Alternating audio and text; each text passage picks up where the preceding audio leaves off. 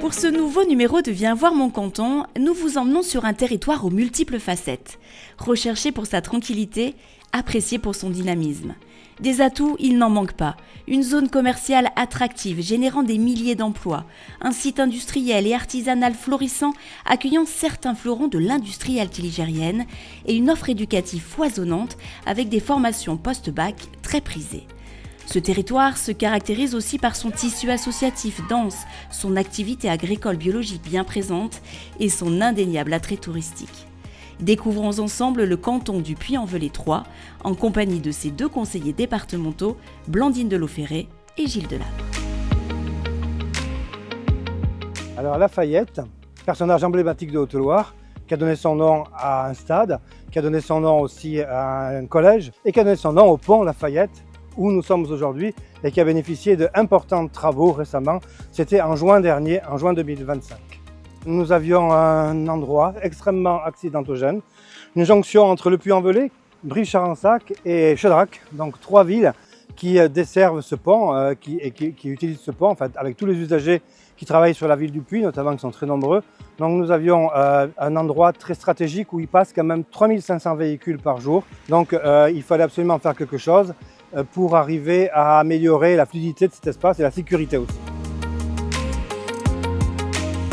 Et ce que je voudrais dire, c'est qu'il y a eu un consensus travaillé entre l'agglomération du Puy et le département.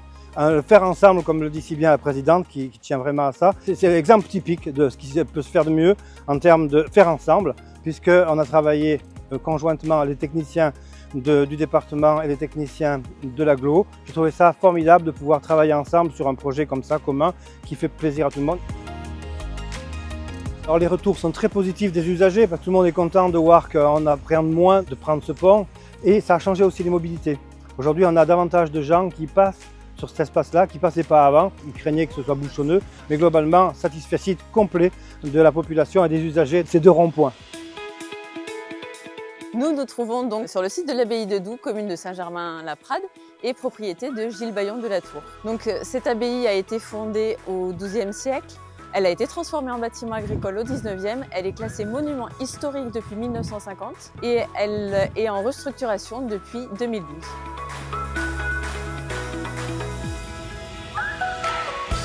Alors le département a participé à cette restructuration à hauteur de 45 000 € pour refaire l'aile est de la bâtisse, les planchers, le cloître et les façades.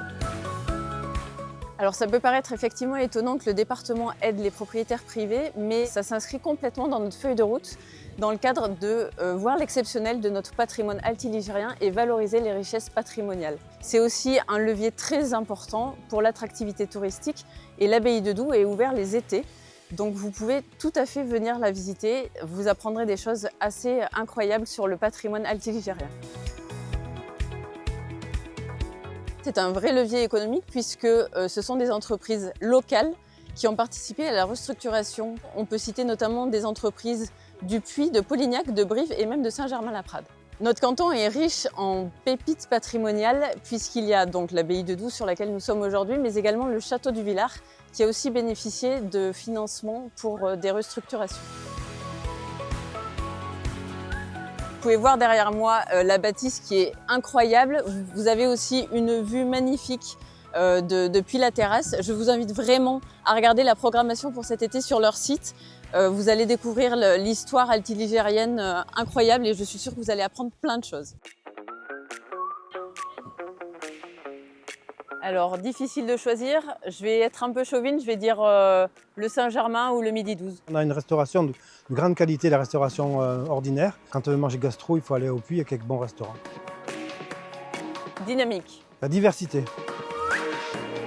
Alors, c'est être un élu de terrain, de proximité et vraiment le travailler ensemble. Je pense qu'un élu, c'est d'abord quelqu'un qui aime les gens, qui est proche de la population, qui s'intéresse à ce qu'ils font et qui essaie de trouver des solutions pour améliorer la vie. Qu'on ait des gens proches et abordables et qu'on a su rester vraiment en lien avec la population et les élus du canton. Ce que j'aimerais qu'on retienne de moi, c'est que j'aime les gens et que je recherche toujours le mieux vivre ensemble, le bien vivre ensemble, la convivialité. Sur ce canton, comme sur l'ensemble de la Haute-Loire, le département est chaque jour à vos côtés.